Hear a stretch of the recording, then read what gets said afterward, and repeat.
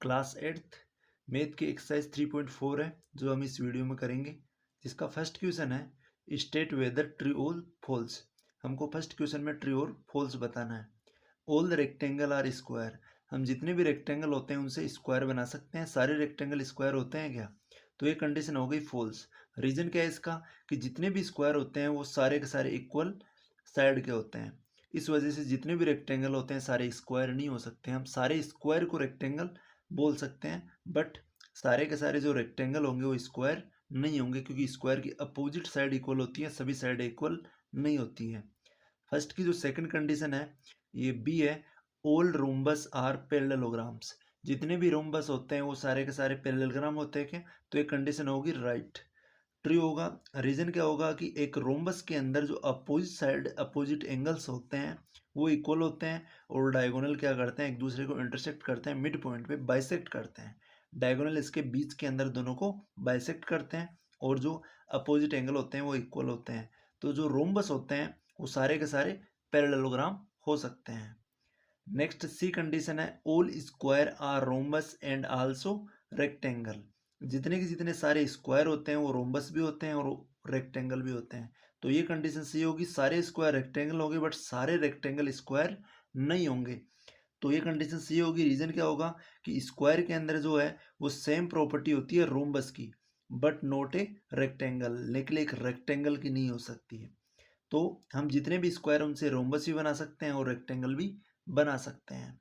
आगे देखिए, all square are not parallelograms. तो ये वाली जो कंडीशन है वो हमारी हो जाएगी फॉल्स हो जाएगी, कि जितने भी स्क्वायर है वो सारे पैरेललोग्राम नहीं होंगे, हो सकते हैं। रीजन क्या होगा कि जितने भी ये स्क्वायर होते हैं वो सारे के सारे सेम प्रॉपर्टी होती है जिनकी जो पैरेललोग्राम की होती है। पैरेललोग्राम के अंदर अपोजिट साइड इक्वल होती है और अपोजिट एंगल इक्वल होता है, बट स्क्वायर के अंदर सभी साइड्स इक्वल होती है।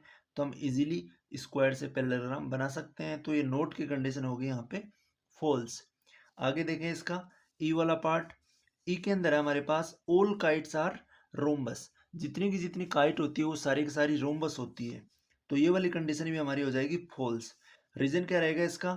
ई का रीजन रहेगा all kite do not have equal side, क्योंकि जितनी भी सारी काइट होती है उनकी साइड इक्वल नहीं होती है। इस वजह से हम सारी काइट से रोम्बस नहीं बना सकते हैं। रोम्बस बनाने के लिए हमें सभी साइडें इक्वल चाहिए। एफ है इसमें,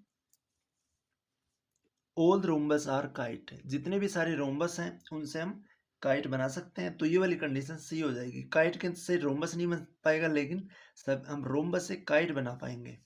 तो एफ वाला है, ये कंडीशन हो जाएगी ट्रू। रीजन क्या होगा कि जितने भी रोम्बस है उनके अंदर इक्वल साइड होती है और डायगोनल बाइसेक्ट करते हैं एक दूसरे से, तो हम उनको इजीली काइट बना सकते हैं हम इससे। नेक्स्ट है जी वाली कंडीशन। जी के अंदर हमको दे रखा है ऑल पैरेललोग्राम्स आर ट्रेपेजियम। जितने के जितने पैरेललोग्राम होते हैं उनसे हम ट्रेपेजियम बना सकते हैं। तो ये वाली बात कंडीशन सही हो जाएगी। सही क्यों होगी? क्योंकि जितने भी ट्रेपेजियम होंगे वो सारे के सारे ओनली हमें उनके अंदर दो पैरेलल साइड चाहिए होगी, बट जो पैरेललोग्राम होगा उनके अंदर दोनों साइड का जो पेयर होगा वो चारों साइड क्या होगी, इक्वल होगी। बट यहाँ पे अपन को एक पेयर ही चाहिएगा ये पैरेलल साइड का, उससे हम ट्रेपेजियम बना लेंगे। तो हम पैरेललोग्राम से इजीली ट्रेपेजियम बना पाएंगे, क्योंकि पैरेललोग्राम के अंदर जो कंडीशन है वो ट्रेपेजियम के अंदर भी कॉमन होती है, लेकिन ट्रेपेजियम से हम पैरेललोग्राम नहीं बना सकते। ऑल स्क्वायर आर ट्रेपेजियम, ये वाली कंडीशन भी सही हो जाएगी कि हमारे पास जितने भी स्क्वायर हैं हम उनसे क्या बना सकते हैं, ट्रेपेजियम बना सकते हैं। तो ये वाली कंडीशन हो जाएगी हमारी ट्रू।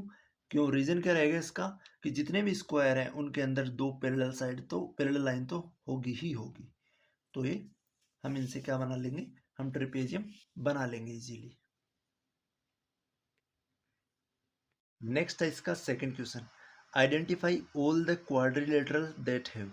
हमको उन क्वाड्रिलेटरल्स का नाम बताना है जिनके अंदर कंडीशन दे रखी है फर्स्ट में फोर साइड होगी ऑफ इक्वल लेंथ, सारी साइडें होगी वो इक्वल होगी। तो ये वाली एक तो कंडीशन होती है हमारी स्क्वायर की, स्क्वायर के अंदर जितनी भी साइड होती है वो सारी की सारी इक्वल होती है। और जो सेकंड क्वाड्रिलेटर की फिगर बनेगी वो बनेगा रोम्बस। रोम्बस के अंदर भी क्या होता है कि जितनी की जितनी साइडें होती हैं सारी की सारी वो इक्वल होती है। नेक्स्ट है इसका बी वाला पार्ट कि फोर राइट एंगल होते हैं।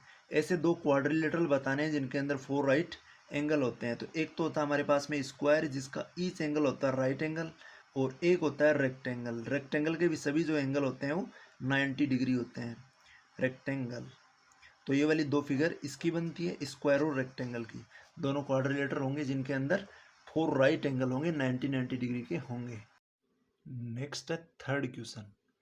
थर्ड क्वेश्चन के अंदर एक्सप्लेन करना है कि हाउ ए स्क्वायर इज। एक स्क्वायर है वो, एक क्वाड्रिलेटरल कैसे होता है, पैरेललोग्राम कैसे होता है, रोम्बस कैसे होता है और रेक्टेंगल कैसे होता है। तो अगर क्वाड्रिलेटरल की बात करें तो ये क्वाड्रिलेटर कब हो जाता है, if it has 4 unequal length of side. हम ले सकते हैं कि एक क्वाड्रिलेटरल है जिसके अनइक्वल लेंथ ऑफ साइड्स है। हालांकि जो स्क्वायर होता है उसकी सभी साइडें इक्वल होती है, तो हम इनको अनइक्वल लेके भी इससे क्वाड्रिलेटरल बना सकते हैं। एक पैरेललोग्राम कब होगा, अगर इसके अंदर कंटेन होगी both pair of opposite side equal.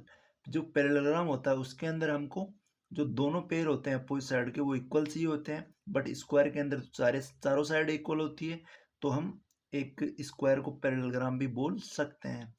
अगर स्क्वायर को रोम्बस बनाए हम इसका एक रोम्बस की बात करें तो if it has 4 equal side, अगर इसके अंदर 4 इक्वल साइड है और जो डायगोनल है वो बाइसेक्ट करते हैं 90 डिग्री के ऊपर एक दूसरे के ऊपर, तो इससे क्या बन जाता है, रोम्बस बन जाता है। स्क्वायर की जितनी भी कंडीशन होती है वो रोम्बस के अंदर सेट होती है, तो हम कह सकते हैं कि एक जो रोम्बस है वो स्क्वायर भी हो सकता है।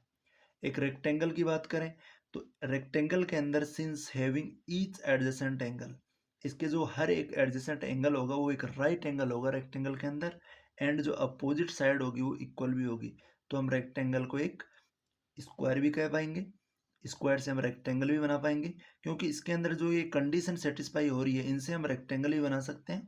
जो स्क्वायर की कॉमन कंडीशन है वो रेक्टेंगल में भी आ रही है, तो हम इससे इजीली बना सकते हैं कि अपोजिट साइड भी इक्वल होती है रेक्टेंगल की, तो स्क्वायर के अंदर तो होती ही होती है। राइट एंगल होते हैं रेक्टेंगल में तो स्क्वायर में तो होते ही होते हैं। तो ये कुछ कॉमन कंडीशन है जो स्क्वायर में होती है, तो हम इनसे ये जो प्रॉपर्टीज है, ये जो फिगर है आराम से बना सकते हैं इन प्रॉपर्टीज के अकॉर्डिंग। नेक्स्ट है question number 4। Name the quadrilaterals whose diagonals. Diagonal की कंडीशन दे रखी है बाइसेक्ट ईच अदर, तो हमको वो क्वाड्रिलेटरल बताने हैं जिनके जो डायगोनल होते हैं वो बाइसेक्ट करते हैं एक दूसरे को। तो ये वाली जो प्रॉपर्टी होती है एक तो रोम्बस में होती है, एक पैरेललोग्राम में भी होती है, एक रेक्टेंगल में होती है और एक स्क्वायर में होती है। ये चारों क्वाड्रिलेटरल ऐसे हैं जिनको जो डायगोनल होते हैं वो बाइसेक्ट करते हैं एक दूसरे को। सेकेंड इसमें are perpendicular bisector of each other. Quadrilateral के डायगोनल बताने हैं जो परपेंडिकुलर होते हैं bisector of each other, perpendicular भी होते हैं और बाइसेक्टर भी होते हैं एक दूसरे के। तो ये वाली जो क्वाड्रिलेटरल होते हैं वो एक तो रोम्बस होता है जिसके अंदर डायगोनल परपेंडिकुलर भी होते हैं और एक दूसरे को बाइसेक्ट भी करते हैं, और स्क्वायर में भी ऐसा ही होता है, जो डायगोनल है वो परपेंडिकुलर भी होते हैं और बाइसेक्टर भी होते हैं। नेक्स्ट है इसके अंदर डायगोनल के अंदर डायगोनल दोनों डायगोनल है वो इक्वल है, तो ये डायगोनल होते हैं एक तो स्क्वायर के अंदर दोनों इक्वल होते हैं और एक रेक्टेंगल के अंदर इक्वल होते हैं। ये दो ऐसे क्वाड्रिलेटरल है जिनके डायगोनल जो है। फिफ्थ क्वेश्चन है explain why a rectangle is a convex quadrilateral. एक जो रेक्टेंगल होता है वो कॉन्वेक्स क्वाड्रिलेटरल कैसे होता है हमको एक्सप्लेन करना है। एक रेक्टेंगल जो होता है इज ए कॉन्वेक्स क्वाड्रिलेटरल, क्यों, क्योंकि since its vertex are raised and both of its diagonal lie its interior, क्योंकि इसके अंदर जो हर एक डायगोनल जो होगा वो इसके अंदर की साइड होगा, इंटीरियर होगा, और जो इसके क्वाड्रिलेटर के जो वर्टिक्स होंगे वो उनको हम आगे भी बढ़ा पाएंगे, क्योंकि ऐसे साइज बनेगी एक। अगर हम कॉन्वेक्स लेते हैं तो हमको इंटीरियर होंगे इसके जो वर्टिक्स जो होंगे वो अंदर की साइड बनेंगे यहाँ पे, तो हम इनको रेज्ड कर पाएंगे, और जो इसके डायगोनल होंगे वो अंदर की साइड होंगे। इस कॉन्वेक्स जो आपका क्वाड्रिलेटरल होगा, तो हम इसमें ध्यान रखना है हमको कि एक डेफिनेशन जो है उसका रीजन बताना है कि एक जो रेक्टेंगल होता है वो कॉन्वेक्स क्वाड्रिलेटरल कैसे होता है। तो कॉन्वेक्स फिगर ही बनती है, इसके अंदर इसके डायगोनल जो होते हैं वो अंदर की साइड होते हैं और वर्टेक्स है वो आगे की तरफ बढ़ाए हुए होते हैं। नेक्स्ट है क्वेश्चन नंबर 6। एबीसी एक राइट एंगल ट्राइंगल है and O is the mid point of the side opposite to the right angle. ABC यहाँ पे ए बी सी एक राइट एंगल है और ओ जो है वो इसका मिड पॉइंट है अपोजिट साइड, राइट एंगल के जो अपोजिट साइड एसी है इसका मिड पॉइंट है ओ। हमको एक्सप्लेन करना है why O is equidistant from A point से ओ है वो इक्विडिस्टेंस क्यों है बी एंड सी तीनों से। ओ जो पॉइंट है वो ए से बी से और सी से तीनों से इक्विडिस्टेंस क्यों है, जो डॉट लाइन हमारी हेल्प के लिए आगे जो डॉट लाइन यहाँ पे डॉट की गई है।